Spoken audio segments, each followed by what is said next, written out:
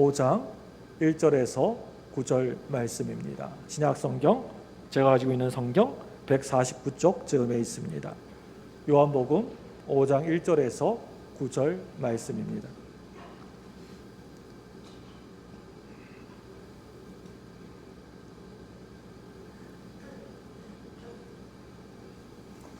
한 절씩 교독하도록 하겠습니다. 그 후에 유대인의 명절이 되어 예수께서 예루살렘에 올라가시니라. 예루살렘에 있는 양문 곁에 우리말로 베데스다라는 못이 있는데 거기에 행각 5이 있고 그 안에 많은 병자, 맹인, 다리 저는 사람, 혈기 마른 사람들이 누워 물의 움직임을 기다리니 이는 천사가 가끔 못에 내려와 물을 움직이게 하는데 움직인 후에 먼저 들어가는 자는 어떤 병에 걸렸든지 낫게 되밀어라. 거기 38해 된 병자가 있더라. 예수께서 그 누운 것을 보시고 병이 벌써 오래된 줄 아시고 이르시되 내가 낫고자 하느냐. 병자가 대답하되 주여 물이 움직일 때 나를 못에 넣어주는 사람이 없어 내가 가는 동안에 다른 사람이 먼저 내려가나이다. 예수께서 이르시되 일어나 내 자리를 들고 걸어가라 하시니 같이 읽습니다. 그 사람이 곧 나가서 자리를 들고 걸어가니라. 이날은 안식일이니. 아멘. 어떤 성경 주석가가 이렇게 말을 했습니다. 성경에서 기적을 빼버리면 성경의 앞 표지와 뒤 껍데기밖에 남지 않는다라고 그렇게 말을 했습니다. 성경은 창세기의 창조로부터 시작이 되어서 요한계시록 그 예수님의 이 땅에 다시 오심 재림으로 끝이 나는 위대한 기적의 책이라고 할 수가 있습니다. 오늘 본문의 말씀은 여러분도 너무나도 잘 알고 계시는 요한복음에 기록된 7가지 이적들 가운데 3번째 이적이라 할 수가 있습니다. 마태, 마가, 누가복음에서는 예수님이 행하신 이적들이 참으로 많이들 기록이 되어져 있습니다. 그런데 오늘 우리가 함께 같이 살펴보려고 하는 이 요한복음에서는 이적을 표적이라 하면서 상징적이고 또 영적인 의미가 분명한 7가지 이적들만 딱 골라가지고 기록하고 있는 것을 우리가 보게 됩니다. 오늘 이 요한복음에 나오는 이러한 표적들은 나름대로의 다들 영적인 의미들을 다 가지고 있습니다. 첫 번째 표적은요, 여러분들이 잘 알고 계시는 것처럼 가나 혼인잔치에서 물을 가지고 포도주를 만드시는 이적입니다. 예수님은 본질을 바꿀 수 있는 분이시고 또 질적인 변화는 오직 예수님 안에서만 가능하다는 것입니다. 오늘 본문의 말씀 그 다음에 요한복음에 나오는 4번째 표적은요, 오병이어의 이적 사건입니다. 여기에서 예수님은 양적인 변화를 가져오실 수 있는 분이시라고 하는 것을 우리들에게 분명하게 보여주고 계십니다. 예수님은 작은 것을 크게 또 적은 것을 또 많게 하실 수 있는 분이십니다. 이제 본격적으로 오늘 본문의 말씀을 이 시간 함께 살펴보기를 원합니다. 오늘 말씀의 문을 활짝 열면 제일 처음에 명절에 예수님께서 예루살렘으로 올라가셨다라고 하는 얘기로 오늘 이 말씀이 시작되어지고 있습니다. 흔히들 우리나라에서는 명절만 되면 다들 고향으로 내려가느라고 한바탕 난리가 납니다. 도시에 올라가서 살고 있던 그 사람들이 자기 고향인 시골로 내려가는 것이 우리들의 명절의 모습입니다. 그런데 이스라엘 유대 사람들은 이것하고는 정반대입니다. 시골에 있던 사람들이 모두 서울 예루살렘에 올라와서 명절을 지내는 것이 그 사람들의 명절 의식이었습니다. 우리 명절이 고향 중심의 명절이라고 한다면 이스라엘 백성들의 명절은 성전 중심이라고 할 수가 있습니다. 철저하게 하나님 중심, 성전 중심으로 저들은 늘 그렇게 살았던 것을 볼 수가 있습니다. 한마디로 교회가 그 삶의 중심이었습니다. 중요한 일이 있을 때마다 예루살렘 성전에 저들은 늘 함께 다 모여서 이렇게 모여들기 시작합니다. 이것이 오늘 본문의 말씀이 말하고 있는 명절의 모습이었습니다. 이날에 예수님께서 베데스다 연못가에 가셔서 38년 된 몹쓸병에 걸린 환자를 고쳐주셨다는 내용의 말씀입니다. 여러분, 이 단순하고도 이 간단한 표적 속에서 잘 드러나진 않지만 숨어있는 영적이고 상징적인 의미가 과연 무엇일까요? 오늘 본문 1절 말씀입니다. 우리 화면을 보고 같이 읽습니다. 1절 시작. 그 후에 유대인의 명절이 되어 예수께서 예루살렘에 올라가시니라. 아멘. 여러분, 이 말씀을 보시면 제일 앞부분에 뭐라고 되어 있습니까? 그 후에라고 하는 말씀이 나옵니다. 4장 말씀에 나타나는 예수님의 갈릴리 사마리아 사역 이후에라고 하는 그런 뜻입니다. 이제 오늘의 무대는 예루살렘 명절로 서서히 옮겨지게 됩니다. 엄청나게 많은 사람들이 몰려든 이 작은 도시 예루살렘은 하루 종일 사람들이 북적북적 거립니다. 서로 인사를 주고받고 축제를 즐기느라 정신이 하나도 없습니다. 예수님의 제자들도 여러 가지 수많은 구경거리와 많은 사람들 때문에 그만 넋을 잃고 말았습니다. 이런 잔치 분위기 속에서 예수님은 조용히 그곳을 빠져나오셔서 가장 외롭고 불쌍한 환자를 만나고 계십니다. 예수님께서는 이런 축제를 즐기시기보다는 힘들고 그늘지고 고통 가운데 있는 사람들을 찾아가셔서 사랑을 베풀려고 하셨습니다. 전도서 7장 4절 말씀입니다. 화면을 보고 같이 읽습니다. 시작. 지혜자의 마음은 조상집에 있으되 우매한 자의 마음은 본인 집에 있느니라. 아멘. 여러분, 이 말씀처럼 모든 사람들이 즐기는 명절의 그 기쁜 축제 가운데 예수님은 그 축제 속에 그 마음을 두질 않으시고 음침하고 외롭고 괴로운 삶에 지쳐 쓰러져 있는 병자들을 친히 찾아가신 것입니다. 성경에 우리 예수님은 어떤 모습이십니까? 늘 언제나 기다리고 계시는 분이 아니라, 그 사람이 올 때까지 기다리고 앉아 계시는 분이 아니라 직접 찾아가셔서 우리를 만나주시는 분이시라고 말씀하고 있습니다. 성경의 탕자 비유만 빼고 나면 성경 모든 부분에서 늘 언제나 예수님은 찾아가시는 분으로 묘사되고 있는 것을 우리가 보게 됩니다. 한마디로 우리 하나님은 기다리고 계시는 하나님이 아니라 직접 찾아가시는 하나님이시라고 하시는 것입니다. 여러분, 예수님은 지금 누구를 찾아가시고 계시는 것입니까?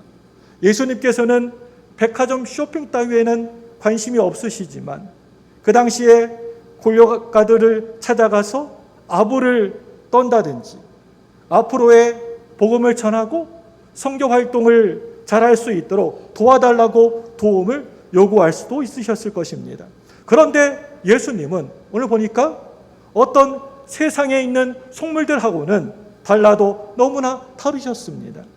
예수님께서는 이 명절날 축제 속에서도 그 속에 깊이 빠져가지고 마냥 기쁘다고 너무 신난다고 좋다고 즐길 수만은 없으셨습니다.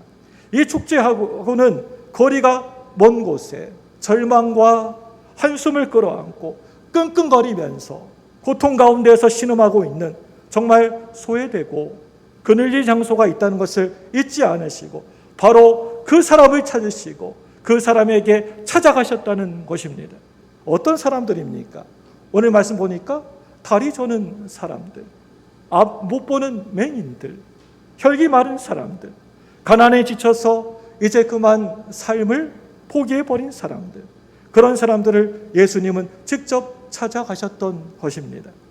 이 시간 혹시 여러분들 살아가시면서 인생의 무거운 짐을 낑낑 짊어지고 계신 분이 있으십니까? 인생의 슬픔, 고통과 아픔을 안고 오신 분이 있으십니까? 마음의 고통과 상처를 끌어안고 계신 분이 혹시 계십니까? 몸과 마음이, 내 삶이 너무나 힘들고 아프신 분이 계십니까? 오늘 이 시간 우리 예수님이 당장 여러분들 한 사람 한 사람을 만나 주실 줄로 믿습니다. 이제 2절 말씀을 보시면 오늘 본문의 말씀은 예루살렘 양문 곁에 베데스다라고 하는 연못가에서 일어난 사건에 대해서 이야기하고 있습니다. 예루살렘 동쪽에는 실로암 샘으로 가는 샘문이 있었고, 서쪽에는 망대문이 세워져 있었고, 남쪽에는 배설물을 버리는 분문 오물문이 있었고, 오늘 본문 북쪽에는 바로 성전에 이르기 전에 양을 사고 파는 양문이 있었습니다. 양문은 느헤미야가 성벽을 재건할 때 가장 먼저 세웠던 문이 바로 이 양문입니다. 무너진 나라, 무너진 백성들, 무너진 신앙을 세우기 위해서는 제사, 예배가 회복되어져야 한다고 느헤미야는 그렇게 믿었던 것입니다. 이제 오늘 여러분 모두를 양문으로 제가 가이드 안내해 드리도록 하겠습니다. 여러분들이 무엇이 지금 무너져 있습니까? 무너져 내린 여러분의 양문을 여러분 다시 세워지기를 바랍니다. 무너져 내린 여러분의 그 예배의 회복이 있으시기를 바랍니다. 참으로 어리석은 사람은요, 망하기로 작정한 사람은 살아가다가 좀 힘들고 좀 어려운 일들을 만나게 됐다고, 가정이 참으로 많이 힘들어졌다고, 또 내가 죄를 지었다고 예배하는 이 자리에, 이곳에 나오지를 않습니다. 자기가 좀 힘들다고, 어렵다고 예배하는 자리를 외면해버리고 피해버립니다. 나오질 않습니다. 예배 양문을 무너뜨립니다. 여러분 아닙니다. 그럴수록 양문이 온전히 세워지고 예배에 꼭 성공하시기를 바랍니다. 바로 그곳 양문 곁에 베데스다 연못가가 있었습니다. 여기에 이 베데스다는 무슨 뜻입니까? 이 베데스다는 자비의 집, 은혜의 집이라고 하는 뜻을 가지고 있습니다. 그런데 이 베데스다 연못가에는 특별한 전설이 하나 있었습니다. 오늘 보면 3절과 4절 말씀을 같이 읽겠습니다. 시작. 그 안에는 많은 병자, 맹인, 다리 저는 사람, 혈기 마른 사람들이 누워 물의 움직임을 기다리니 이는 천사가 가끔 못에 내려와 물을 움직이게 하는데 움직인 후에 먼저 들어가는 자는 어떤 병에 걸렸든지 낫게 되밀어라. 아멘. 여러분, 이 말씀을 여러분 자세히 보시기 바랍니다. 자세히 보시면 이 말씀에 괄호가 쳐져 있는 부분이 있습니다. 보이십니까? 괄호가 쳐 있지 않습니까? 성경에서 이 괄호 부분은 원래 성경 원어에는 없는 부분을 가로 탁 쳐놨습니다. 그런데 그 가로 안의 말을 추가하지 않는다고 한다면 오늘 이 본문의 의미가, 말씀의 의미가 잘 전달되지 않을까 봐서 옛날 교부 때부터 삽입해 놓은 부분이다 라고 하는 이런 뜻입니다. 그러니까 이 말은요, 진짜 진짜가 아니고 그 당시에 사람들이 이리저리 지어낸 이야기, 전설이라고 하는 말입니다. 아마도 이곳에는 근처에 온천이 있었던 모양입니다. 그래서 가끔씩 이 온천문이 꿀럭꿀럭하고 솟아오르면 그것이 천사들이 물을 움직이게 한 것이라고 그렇게 믿고 사람들이 생각을 했던 것 같습니다. 그리고 이곳에서 어떤 지독한 몹쓸 피부병이나 관절염에 걸린 환자가 하나가 병이 나았던 모양입니다. 이 사건 하나로 생긴 소문이 이제 퍼져서 전설이 되어가지고 이제 누구든지 무슨 병에 걸렸든지 무슨 몹쓸 병에 걸렸든지 깨끗하게 그 물에 들어가면 낫게 된다라고 하는 그런 사실을 믿어지게 된 것 같습니다. 그래서 뭐든지 언제나 제대로 잘 가르치고 또 우리가 제대로 배워야 되는 것입니다. 자, 여러분 잘 보시길 바랍니다. 오늘 여기에 은혜의 집에 모여있는 사람들이 누구입니까? 오늘 이곳에 지금 어떤 사람들이 이렇게 모여 있습니까? 그 당시에 뭐 이름이 있고 지위가 높은 그런 사람들이 아니라 도저히 이 세상의 그러한 의술로는 또 이 세상에 있는 것들로는 고칠 수 없는 불치의 환자들이 거기에 다들 모여 있었습니다. 이렇게 자기 스스로 고칠 수도 또 움직일 수도 없는 사람들이 한자리에 다 모여가지고 물이 동할 때 제일 먼저 들어가면 어떤 병에 걸렸을지라도 다 낫는다라고 말하고 있습니다. 여러분, 이 얼마나 이 상황을 한번 생각해 보시기 바랍니다. 이 상황이 얼마나 바보 같고 정말 말도 안 되는 그런 모습입니까? 바로 이럴 때 우리 예수님이 그 자리에 짠 하고 나타나셨습니다. 문제 해결은 이 은혜의 집에 있는 것이 아니라 바로 예수님, 오직 예수님에게 있다는 것을 잘 보여주고 있는 너무나 속이 시원해지고 통쾌한 결론이라고 생각됩니다. 그런데 정말 말도 안 되는 이야기가 또 하나 있다는 것입니다. 은혜는 아무 대가나 노력 없이 받는 것이라고 우리들은 알고 있습니다. 은혜는 하나님의 선물이고 어떤 대가가 있는 것이 아니라 하나님이 거저 주시고 공짜로 주는 것이라고 천하 여러분이나 다들 알고 있습니다. 그런데 오늘 이렇게 은혜의 집에 와가지고 은혜하고는 정반대의 완전 반대되는 짓을 해야 된다라고 하는 것입니다. 물이 동할 때에 내가 제일 먼저 들어가야 된다. 그 물 안에 제일 먼저 내가 들어가야 된다라고 하는 것입니다. 여러분, 잘 생각해 보시길 바랍니다. 물이 동할 때 재빨리 몸을 날려가지고 들어갈 수 있는 사람은 사실 그 물에 들어갈 필요가 전혀 없는 사람입니다.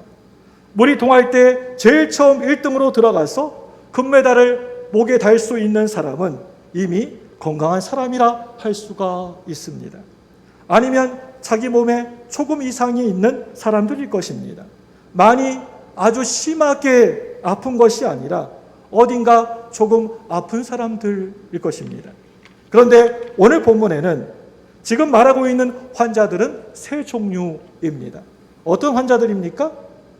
맹인들, 다리 저는 사람들, 중풍병자들입니다. 앞을 보지 못하는 맹인이 어떻게 물이 움직이는 것을 볼 수가 있겠습니까? 또 다리를 잘 못 쓰는 사람이 어떻게 일어나가지고 달려갈 수가 있겠습니까? 그리고 중풍병자가 어떻게 그 자리에서 벌떡 일어설 수가 있겠습니까? 들어갈 방법과 힘이 없는 맹인과 다리 저는 사람, 또 중풍병자들이 끊임없이 무슨 생각을 하느냐? 내가 먼저 들어가기만 하면 될 텐데 하고 계속해서 중얼중얼 말을 하고 있습니다. 진정으로 은혜를 베풀어 주실 예수님이 바로 내 눈앞에, 내 앞에 오셨는데도 아무도 예수님을 바라보지 아니하고 오직 뚫어지게 언제 물이 동하기만을 기다리면서 그래 어서 물만 동하기만 해봐라. 이번에는 내가 꼭 제일 먼저 1등으로 그 물에 들어가고야 만다 하면서 두 눈을 부릅뜨고 거기에서 기다리고 있습니다. 여러분, 이 얼마나 은혜의 집에 정말 어울리지 않은 바보 같아 보이고 우스꽝스러운 모습입니까? 여기에 지금 이렇게 모여있는 불치병 환자들의 모습은 또 다른 의미를 가지고 있습니다. 그 당시에 유대인들의 정신적인 상태를 그 정신적인 상태가 어떠한지를 상징하고 있는 것입니다. 그리고 오늘 여기에 은혜의 집, 이 교회에 모여있는 오늘 저와 여러분들 신앙인들의 영적인 상태를 의미하고 있는 것입니다. 오늘 이야기는 바로 내 이야기고 너의 이야기라고 하는 것입니다. 진리를 아직까지 바로 똑바로 보지 못하는 소경들, 신령한 영적 세계가 보이지 않은, 영안이 열리지 않는 사람들, 성령 충만하지 못하고 영감을 잃어버린 사람들, 수많은 사탄 마귀의 공격을 받고 살지만 그것을 물리칠 힘이 전혀 없고 영역을 잃어버린 사람들, 하나님의 자녀된 삶의 능력을 잃어버린 영적인 혈기 마른 사람들, 중풍병자들, 사랑과 자비의 혈기가 바싹 말라 비틀어져 버린 정말 불쌍한 손길들, 이 불치병 환자들의 모습이 바로 우리의 모습, 나의 모습일 수도 있다라고 하는 말입니다. 여러분, 이제 다시 베데스다로 같이 가보길 원합니다. 물이 움직일 때 제일 먼저 1등으로 연못에 들어갈 수 있는 사람은 그 물에 들어갈 필요가 없는 건강한 사람들입니다. 정말 불치병 환자들은, 정작 불치병 환자들은 절대 들어갈 힘이 없습니다. 이게 베데스다 연못의 모순이고 인생의 딜레마라고 생각됩니다. 우리가 구원받기 위해서는 죄가 전혀 없어야 되고 말씀에 온전히 그 말씀에 순종할 수 있는 의인이어야 됩니다. 그런데 우리는 전적으로 타락한, 전적으로 죄로 인하여 부패한 인간들입니다. 하나님께 순종할 힘이 전혀 하나도 없습니다. 내가 구원받으려고 한다면 누군가 싸워서 이겨야 된다라고 그럽니다. 그래, 좋다, 한번 해보자 하고 링 위에 딱 올라갔더니 그 앞에 거인 골리앗과 같은 사람이 떡하니 링 위에 서 있는 겁니다. 그 사람 보니까 기가 막히고 코가 막혀서 숨도 제대로 잘 쉴 수가 없습니다. 전혀 이길 가능성이 전혀 없어 보입니다. 그래서 절망하고 좌절하고 낙심포기 낭망을 하게 됩니다. 바로 그곳이 베데스다이고 우리의 인생의 모습이고 현장입니다. 우리 문제의 현장에 우리 예수님께서 친히 찾아오셨습니다. 그런데 아무도, 그 누구도 예수님을 바라보질 않습니다. 바로 앞에 예수님이 계시는데도 누구 하나 예수님을 바라보질 않습니다. 우리 예수님께서 2000년 전에 아기 예수님으로 이 땅에 오셨을 때처럼 말입니다. 다만 그곳에 있는 사람들은 빨리 그 연못에 들어가려고 눈이 뻘개져 가지고 혈안이 되어 있을 뿐이었습니다. 저기 거인 골리앗과 한번 싸워보겠다고 저마다 다들 주먹을 불끈 쥐고 있습니다. 바로 진정한 위기는 바로 여기에 있습니다. 영적인 위기입니다. 바로 그때 예수님이 친히 한 사람을 보셨습니다. 친히 집중하셔서 보셨습니다. 여기 한 사람은 2000년 전에 그 환자이거나 저기 저 사람이 아닙니다. 바로 나입니다. 이 자리에 계시는 저와 여러분들, 바로 우리들입니다. 예수님께서 바로 나를, 우리들을 뚫어지게 바라보고 계셨다는 말입니다. 지금 이 순간에도 우리 예수님은 불꽃 같은 눈으로 나를 바라보고 계시고 내 죄를 바라보고 계십니다. 우리 예수님은 지금 이 시간, 이 순간에도 내 아픔, 내 슬픔을, 내 눈물을 바라보고 계십니다. 나의 문제, 나의 속상한 일, 어려운 일들을 바라보고 계십니다. 사랑하는 성도 여러분들, 지금 이 시간 나를 사랑스러운 눈으로 지그시 바라보고 계시는 그 예수님의 눈길과 여러분의 눈이 마주쳐 보시기를 바랍니다. 이 세상에 있는 모든 사람들이 다 모여서 절대 그 무엇 하나 해결되지 않는 그런 문제들을 우리 예수님이 단 1초, 아니 0.001초라도 만이라도 나를 바라봐 주시고 나를 도와주신다고 한다면 여러분, 그 문제는, 어려움들은 완전히 해결될 줄로 믿습니다. 계속해서 오늘 말씀을 살펴보기를 원합니다. 이제 드디어 예수님께서 가까이 걸어오셨습니다.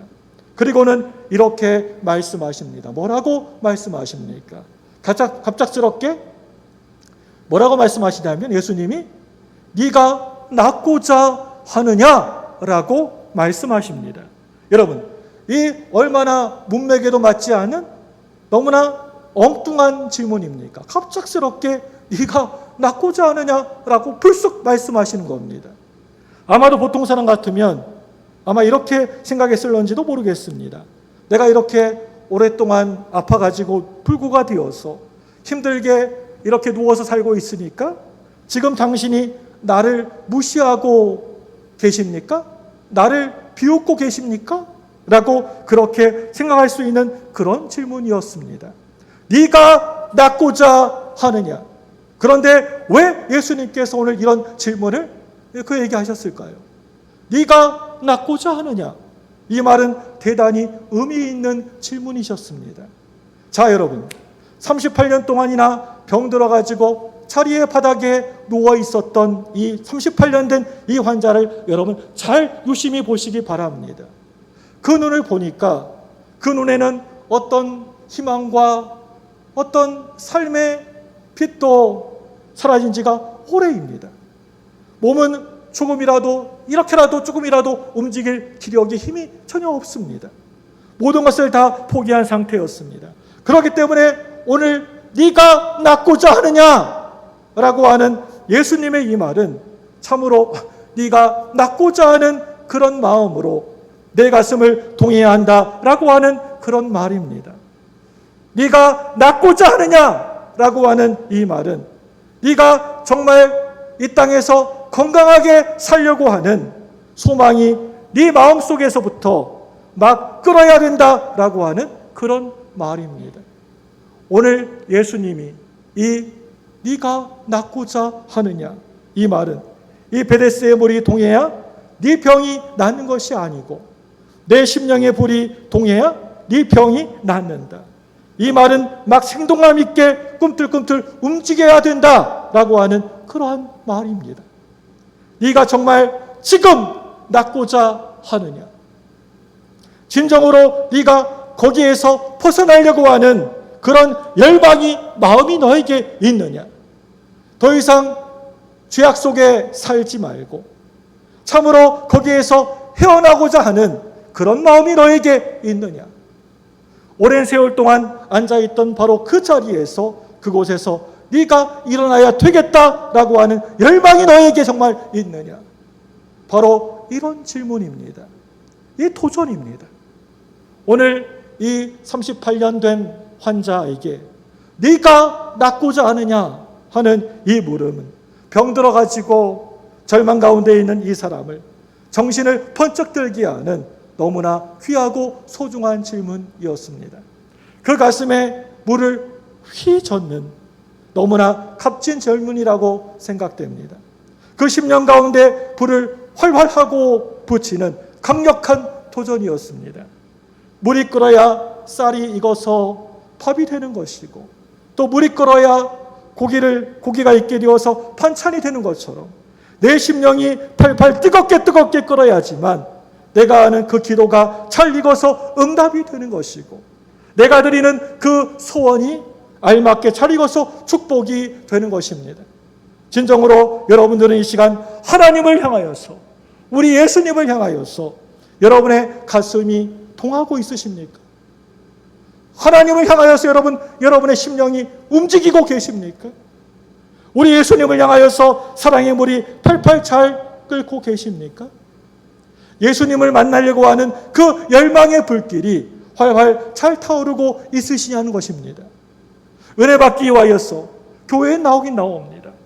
주일날 11시 되면 그것도 시간 정확하게 맞춰서 11시 되면 교회에 나오긴 잘 나옵니다.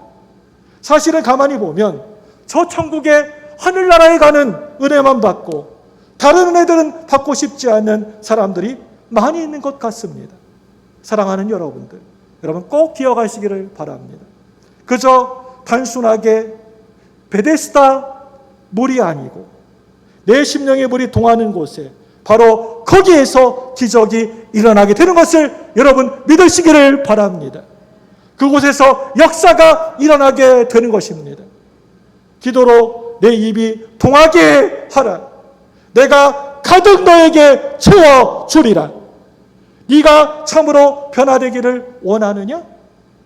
네가 참으로 달라지기를 원하느냐?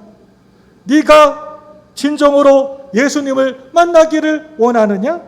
네가 정말 낫기를 원하느냐? 네가 심령이 하늘을 향하여서 말씀을 향하여서 동하고 있느냐? 우리 예수 믿는 성도들에게 있어서 살아가면서 늘 절망하면서 살아가는 것은 하나님의 사랑을 내가 완전히 무시하는 것이고 그것과 같은 것입니다. 내가 어떤 일을 할 때 힘이 없다고 낙심하는 것은 힘의 원천이신 저 하나님을 내가 업신여기는 것하고 같은 것입니다. 낳고자 하는 소원을 먼저 받아야 됩니다. 장로교의 창시자인 존 칼빈은 이렇게 얘기했습니다. 절망에 주저앉아 있는 자도, 팔짱을 끼고 구경만 하는 자도, 게으름에 널브러져 있는 자도 하나님의 도움과 기적을 볼 수 없다라고 그렇게 말을 했습니다. 죄가 있다고 낙심하는 것은 십자가 위에서 보혈을 흘리신 우리 예수님을, 예수 그리스도를 우리가 무시하는 것입니다. 너희들이 예수님 앞에 나와서 용서해 주십시오, 나의 죄를 용서해 주십시오, 이렇게 고백하기만 하면 나 하나님의 자녀가 되기를 원합니다. 은혜를 덧입고 싶습니다. 예수님을 만나고 싶습니다. 우리가 이렇게 주님 앞에 나와 요청하기만 하면 우리의 죄를 기억조차도 하지 않으시겠다고 말씀하셨습니다. 오늘 이 시간 예수님이 우리 가운데, 우리 교회 가운데 오셔서 한 사람 한 사람 여러분들에게 묻고 계십니다. 네가 낫기를 원하느냐?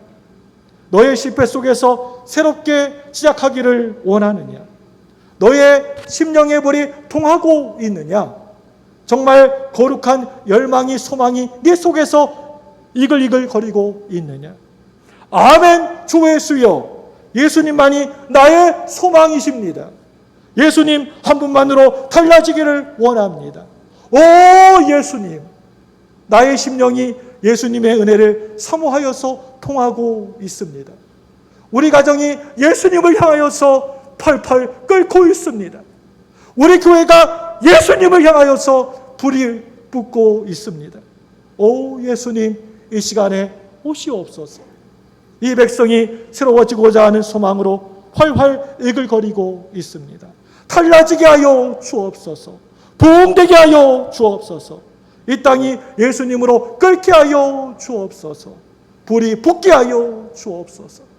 네가 낫고자 하느냐 하는 이런 질문에 오늘 이 환자는 아이고 선생님 살려주세요, 저 좀 어떻게 구해 주십시오 한다든지, 낫고 싶고 말고요 한다든지, 딱 한 번만 걸어본다면 죽어도 여한이 없겠습니다 라고 그렇게 말하고 있질 않습니다. 전혀 상황에 맞지 않은 이상한 말을 지금 하고 있습니다. 뭐라고 하고 있습니까? 주여, 물이 움직일 때 나를 저 연못가에 넣어주는 사람이 없어서 내가 가는 동안에 다른 사람이 먼저 내려가나이다.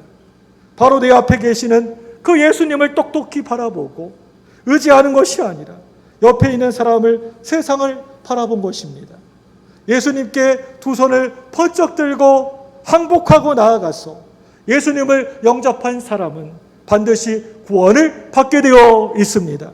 그런데 예수님을 바로 눈앞에서, 바로 앞에서 그렇게 바라보라고 해도 바라보지도 않고 의지하지도 않는 사람은 절대 구원의 길이 없다는 것입니다. 그리고 여기에다가 나를 연못가에다가 넣어줄 사람, 여러분 이 말을 성경 원문으로 보게 되면 나를 도와줄 사람들이 없다가 아니라 단 한 사람도 가지지 못했다라고 되어 있습니다. 나를 도와준 그 어떤 사람, 단 한 사람도 가지지 못했다라고 하는 말입니다. 여러분 그렇습니다. 세상에서 한 줄기 희망마저 완전히 사라졌을 때, 단 한 사람의 소망마저 사라져버렸을 때, 희한하게 바로 그 순간에 모든 것을 다 포기하고 다 내려놓고 절망 가운데 있을 때 희한하게 바로 그 순간에 우리 예수님께서 찾아오십니다. 나에게 찾아오십니다. 우리가 이 세상에 살아가다가 보면 누구 하나 붙들 수 없는 세상, 그 어느 곳에서도 도움을 요청할 수 없는 절박한 상황에 부딪힐 때가 있습니다. 그럴 때 활짝 열려져 있는 저 하늘을 여러분 우러러 보시기를 바랍니다. 내년 목표가 열린 하늘을 바라보라입니다. 여러분 사방이 막혀져 있을 때, 깜깜하게 막혀 있을 때 뚫려 있는 저 하늘을 믿음의 눈으로 바라보시기를 바랍니다. 반드시 예수님이 나를 찾아가실 줄로 믿습니다. 사랑하는 여러분들, 세상은 우리의 못남을, 연약한 부족함을 바라보며 막 비웃고 우리의 죄를 뭐라고 조롱하지만 예수님은 절대 그러지 않으시고 우리들 너무나 사랑하십니다. 우리 예수님께 우리의 사정을 있는 그대로 솔직하게 아뢰는 사람은 반드시 복을 받게 되어 있습니다. 이제 예수님이 찾아오셔서 말씀하십니다. 뭐라고 말씀하십니까? 일어나 내 차례를 들고 걸어가라. 물이 동할 때 너를 넣어 주기를 기다리는 것은 미신적인 행위이다, 신앙이다 라고 왜 그렇게 했느냐고 라고 하시면서 뭐라고 하시거나 나무라지 않으셨습니다. 너 오래 누워있더니 좀 정신이 좀 갔구나, 좀 맛이 가버렸구나 라고도 질책하지 않으셨습니다. 너 내가 누군지 아느냐? 네 앞에 서 있는 내가 누군지 아느냐? 라고 의시되거나 과시하시지도 않으셨습니다. 너 왜 신앙이 그렇게 그 모양 그 꼴이냐? 그러니까 오래 믿었어도 왜 신앙이 맨날 그 모양이냐? 라고 무시하지도 않으셨습니다. 그냥 그 모습 있는 그대로 모든 것을 다 인정하시고 모든 것을 다 품어주시고 용서해 주시고 용납해 주시고 고쳐주셨습니다. 내 모습 이대로 주 받으옵소서. 그래 받아주마. 일어나 네 자리를 들고 걸어가라. 그런데 말씀을 여러분 우리가 계속해서 읽다가 보면 오늘 본문의 끄트머리 결론 부분에서 의문점이 한 두 가지 정도 들게 됩니다. 첫째로요, 왜 그 많은 아픈 사람들, 환자들 가운데에서 여기에 특별하게 왜 이 사람, 이 한 사람을 고쳐주셨는가 하는 그런 의문이 들게 됩니다. 많은 사람들, 다리 저는 사람들, 맹인들, 중풍병자들, 혈병자들이 다 있었는데 왜 하필이면 이 한 사람을 고쳐주셨는가 하는 것입니다. 그리고 둘째로는요, 이 사람을 고쳐주시고 일어나 내 자리를 들고 걸어가라 이렇게 말씀하셔가지고 예수님께서 왜 안식일 날 논쟁에 휩싸이셔서 어려움을 겪게 되셨나라고 하는 의문이 들게 되었습니다. 오늘 본문의 말씀 이후부터 예수님은 이 사건 때문에 이 사건으로 인하여서 주변에 수많은 적들을 만나게 되십니다. 여기에서 자리라고 하는 것은 볏짚으로 만든 일종의 바닥에다가 땅에다가 까는 그런 깔개입니다. 이 자리는 정말 없는 사람들, 가난한 사람들이 밤에 깔고 자는 이불이었습니다. 돌들 말고 또 어느 때에는 또 바닥에다가 펼 수 있는 작은 방석으로 그 당시에 환자들이나 거지들이 많이 사용한 일종의 이동식 침대라고 할 수가 있습니다. 오늘 이 말씀에서 우리 예수님께서는 하필이면 많은 날들 올라수목금토 많은 날들이 있지만 하필하면 많은 날들 중에서 안식일 날에 병을 고쳐주신 것도 그것도 참으로 큰 문제였지만 더 큰 문제가 있습니다. 그것은요, 안식일에 율법을 보니까 안식일 날에는 물건을 운반하지 말아라, 이리저리 물건들을 옮기지 말아라 라고 하는 구약의 안식일 날 법을 어긴 것이 더 그게 큰 문제였습니다. 오늘 38년 된 이 환자는 예수님의 말씀을 듣고 일어났습니다. 자리를 들었습니다. 또 걸어갔습니다. 이것이 바로 믿음입니다. 여기에서 기적이 일어나게 되었습니다. 그런데 주변의 환자들 중에서는 선생님, 저도 저 사람과 같이 일어나고 싶습니다. 고쳐주십시오 하고 매달린 사람이 오늘 말씀을 눈을 씻고 봐도 그런 사람들, 자기도 고쳐달라는 사람 한 사람도 하나도 없습니다. 오히려 누워있던 환자들이 모두 오늘은 안식일 날인데 어찌하여 자리를 들고 일어나 가느냐라고 하면서 막 그 사람을 비난을 했습니다. 그런데 어떤 환자들은 이 사실을 율법사들에게 쪼르르 달려가가지고 고자질해서 시비거리로 삼았습니다. 이 꼴이 진짜 중병이라고 하는 것입니다. 다른 게 중병이 아니라 바로 이런 모습이, 몸이 아픈 것이 그것이 중병이 아니라 이런 모습이 진짜 중병이라고 하는 것입니다. 진짜 정말 중병이 든 것은 그 당시에 유대, 이스라엘 종교 전체였습니다. 우리 기독교는 물에 들어가기 위하여서 서로 막 치고받고 싸우는 그런 종교가 절대 아닙니다. 안식일 날에 아무것도 안 하고 가만히 손가락 안 하고 누워가지고 드러누워 있는 그런 종교가 아닙니다. 영적 싸움을 피하기 위하여서 눈치나 슬슬 살피는 그런 종교가 절대 아니라고 하는 것입니다. 우리 기독교는요, 사탄 마귀와 나를 힘들게 하고 고통스럽게 하는 질병을 예수님의 이름으로 담대히 물리치는 종교입니다. 병 들어가지고 끙끙거리면서 너무 힘드니까 끙끙거리면서 신음하고 있는 곳을 찾아가는 종교가 바로 우리 기독교입니다. 쓰러지고 넘어진 사람들을 벌떡 일으켜 세우는 종교입니다. 내가 어지럽게 흐트러 놓은 그 자리를 예수님의 말씀을 믿고 순종하여서 번쩍 내가 들고 네 발로 뚜벅뚜벅 걸어가는 종교입니다. 사람을 병들게 하고 죽이는 율법을 산산히 깨부수는 종교입니다. 네가 낫고자 하느냐? 일어나 내 자리를 들고 걸어가라! 아무쪼록 제가 이 시간 여러분들에게 진심으로 간절히 바라고 또 바라는 것은 여러분 모두 이 음성을 들으시고 이 말씀에 다들 꼭 순종하셔서 그래서 나에게 친히 찾아와 오시는 그 예수님을, 너무나 사랑이 많으시는 그 예수님을 이번 성탄절을 며칠 앞두고 꼭 만나시는 저와 여러분들 되시기를 주님의 이름으로 축원합니다. 이 시간에 여러분 두 손을 번쩍 드시고 하나님께 간절히 기도하도록 하겠습니다. 저를 한번 크게 따라서 해주시기 바랍니다.